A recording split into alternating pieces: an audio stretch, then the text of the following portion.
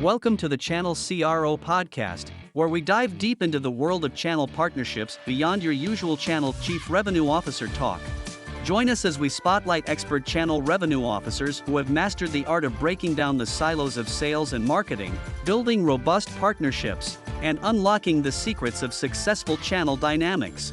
Listen in for invaluable insights, game-changing strategies, and leadership recommendations from the best in the business.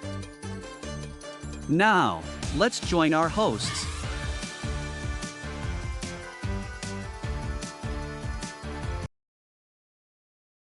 Hello, Des.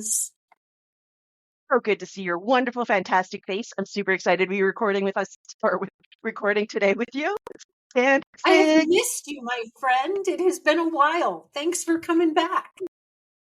Absolutely. I couldn't miss it. I was super excited. I was sad to miss the recordings we did, but excited to meet JD today. I am too. So let's get right to it.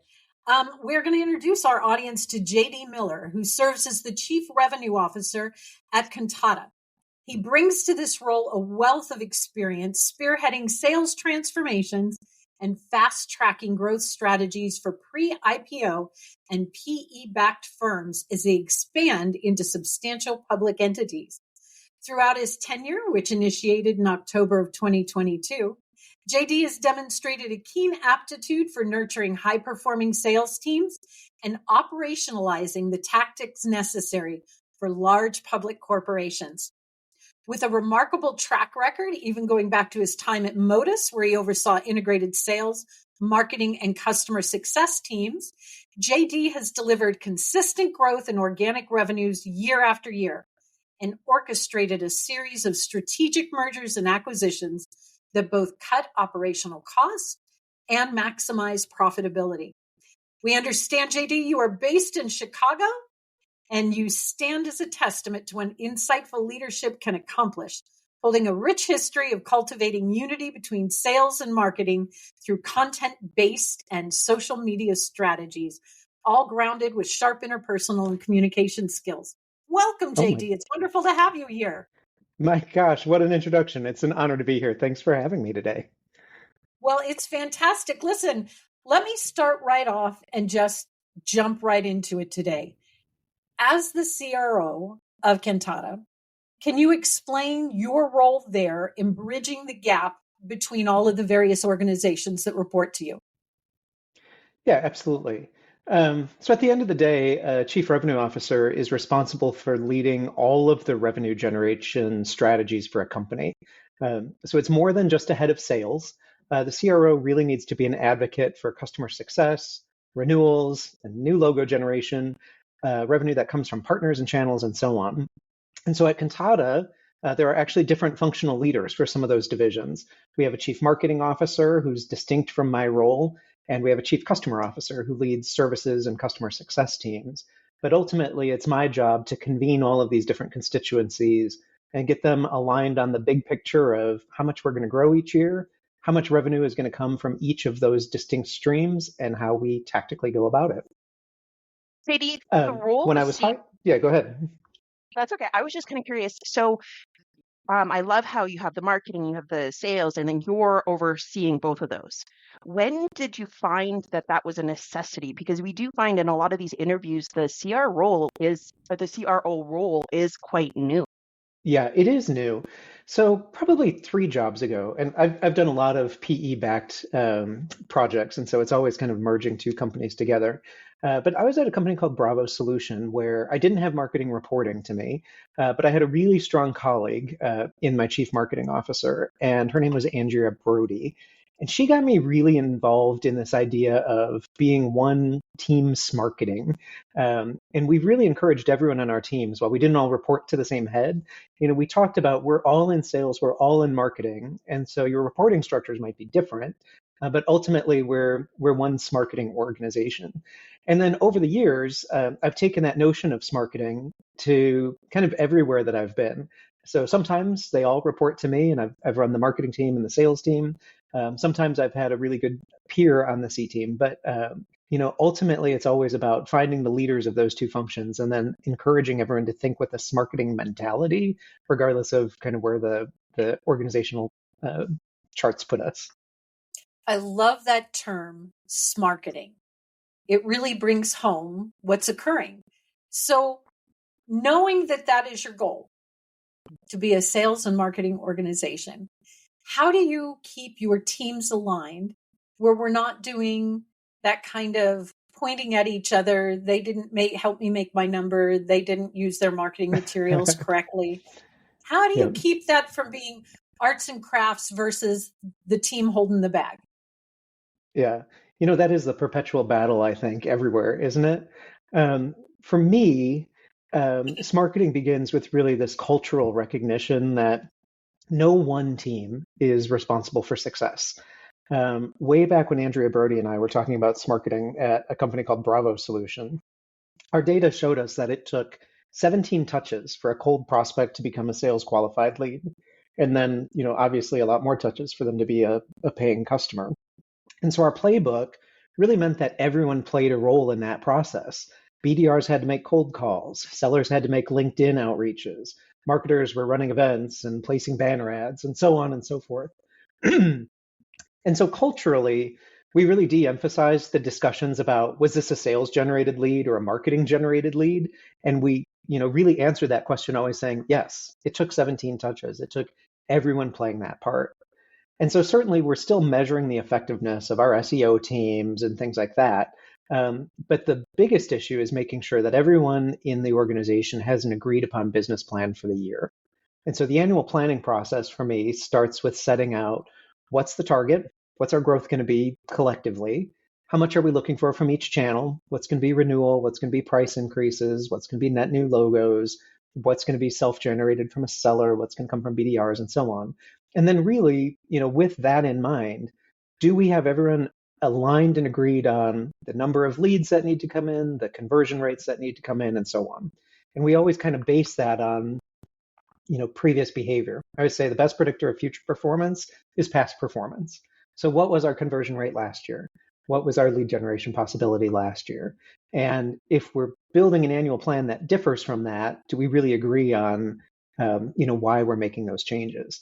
And so if you have everyone sort of aligned on here's the ultimate goal and here's the math that gets there, it really helps to avoid that finger pointing of, oh, I didn't get enough leads or you didn't give me enough good leads. It's, we looked to the past, we all agreed, here's the conversion rates we thought we could get. We really all agreed territory by territory, here's what we think could happen. And now the discussions are just about where are we falling short of the plan we set up and how can we reallocate our resources or reallocate our efforts to get back on track with the plan. Because we're all in it together, we're all trying to get the same end result. And I think we've agreed on, the specific steps we're going to take together. And so that's a difficult conversation to have, but I think it's the most important one that we have in the beginning of the year because it leads us through the rest of the year. I think that metrics, you talked a lot about metrics there, and that's super awesome. And I feel from what I've learned in the last little bit, a lot of this is me learning, which is super exciting, that metrics and information, so the information that's coming into a business and the information that's going out, if you don't have clean information, then your metrics can be weird. So what information and metrics do you measure to make sure that you guys are in place, or would you recommend to a business or anyone who's listening that they should be focusing on? Yeah. So for me, I have a PhD in organizational communication. So I approach the world as a big research project and everything is a data input for us. So of course you've got all of your opportunity data, who are you working with? What's the size of the opportunity? Its close date, all of the stages, things like that. Where did it originate from and so on. But all of this kind of gets mixed up into, a big soup that then we kind of do lots of reporting on. And I really say the cleanest data is just the most accurate data. I was talking to a colleague at a different firm the other day who said, our BDRs are generating a lot of opportunities that are not good. And so we drop all of those from our reporting. And then, we really just report on the good ones that move forward. And I said, oh, what a mess is that? Because then, when it's time to do resource allocation, you think you've got all of these great leads and someone's going to say, we'll spend less and less money on the BDRs because, they only produce great stuff. So for me, the best data is the good, bad, and the ugly about what happened.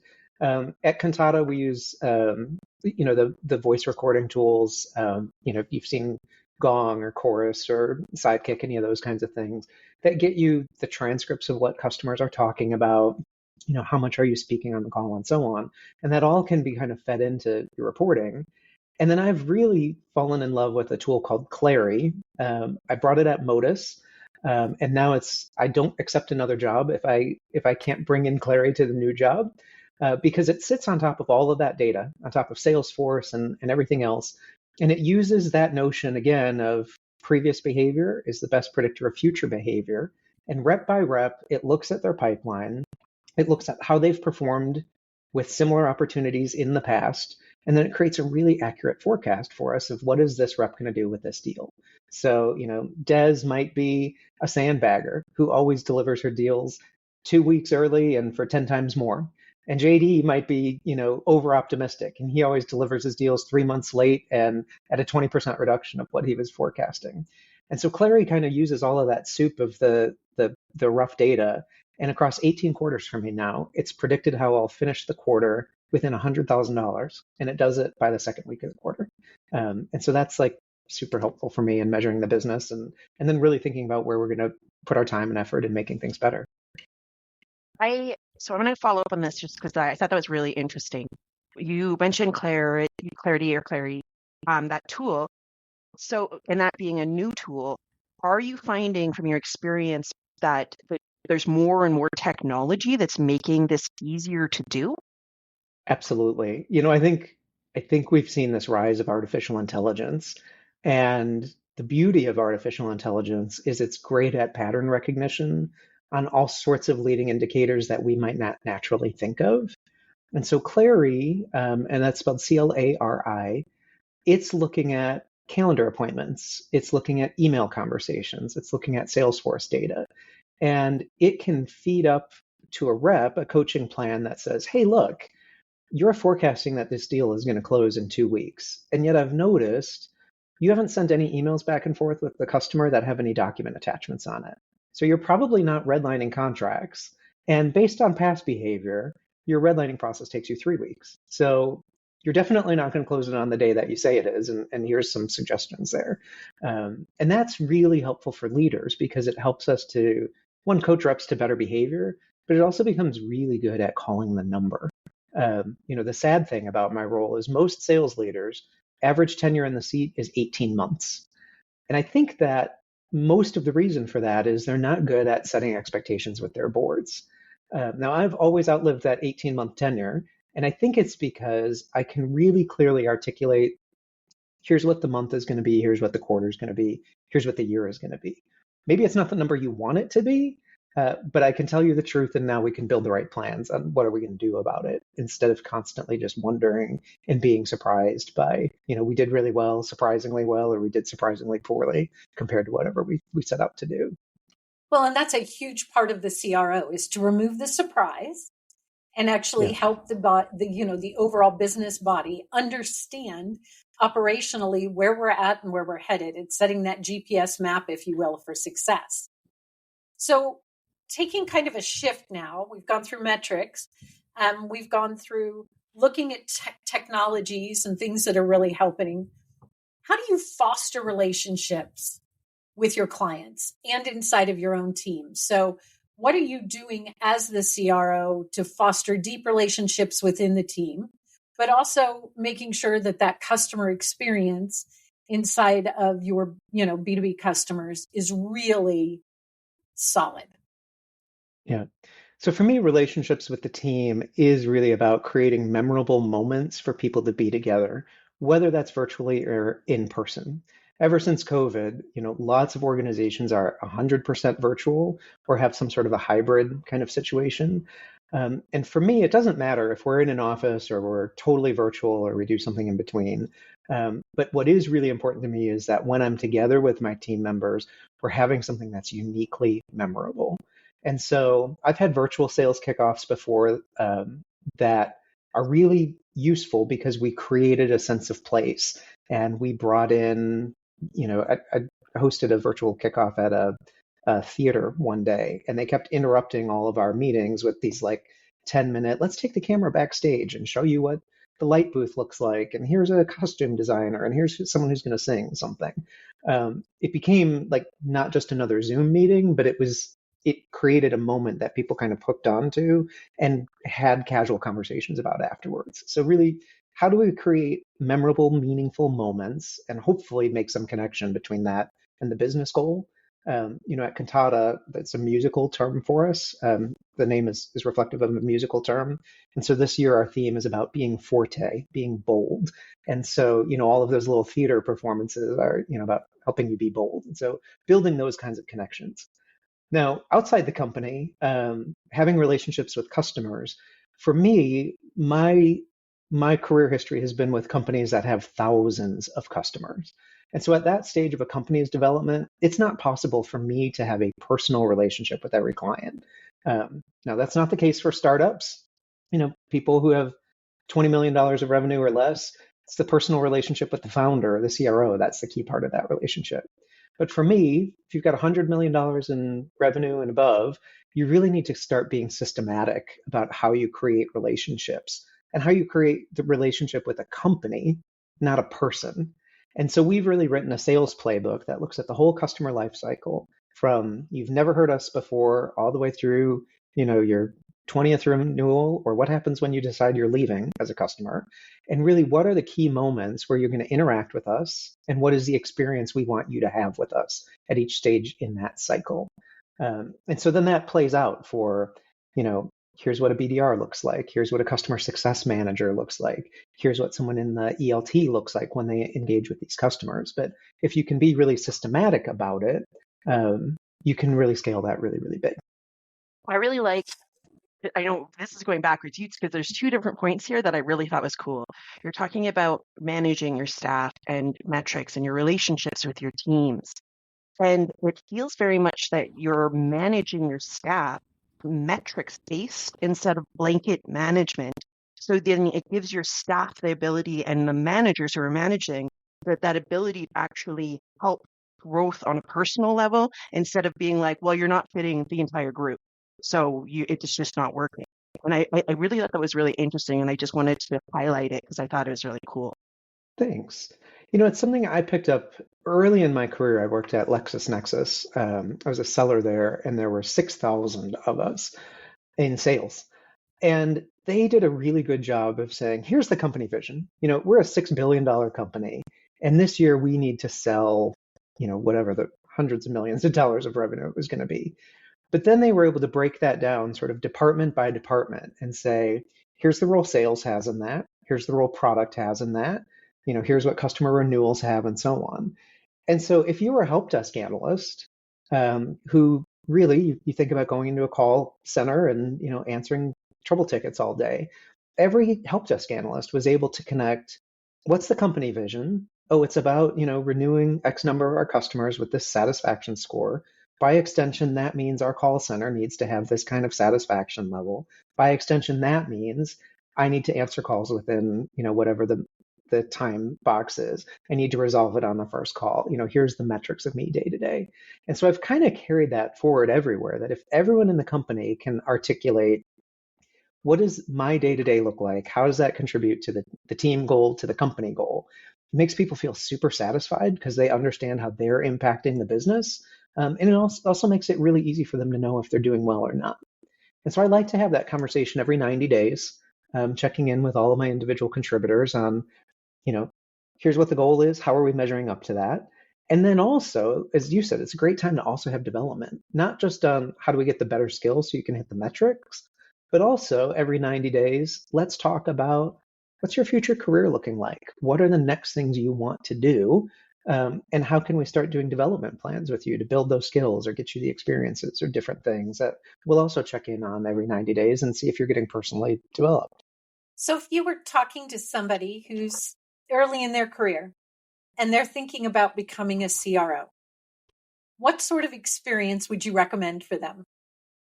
Oh, gosh. Early in your career becoming a CRO, I think, certainly there is a basic skill that you should have come up through some sort of sales or marketing function and have some sort of a, technical expertise there. the first thing I do every time I get to a company is I show up and I write the sales playbook. I have cantatas here. It's this, big kick off the year. Here's what we're going to do. Here's all the steps. So you need to bring some of that kind of technical expertise. But I also think the skill of a CRO is a data management one. And it's one about being able to absorb lots of information, lots of data, manipulate it, report it, and get actionable insights out of it. I think a lot of salespeople, we're an emotional bunch. It's why we're, often charismatic leaders or charismatic sellers. But it also means that we often respond to the last stimulus that we got.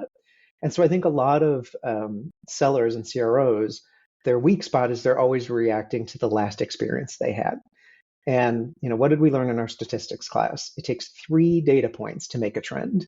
But you'll get a seller who had a really terrible loss to a competitor, and it hurt them so emotionally that it's easy for them to swing the business and say, oh my gosh, this competitor, they're insurmountable, and there's all of these things. And the truth is, no, that's probably the only time we're going to see that competitor. It was just the one data point.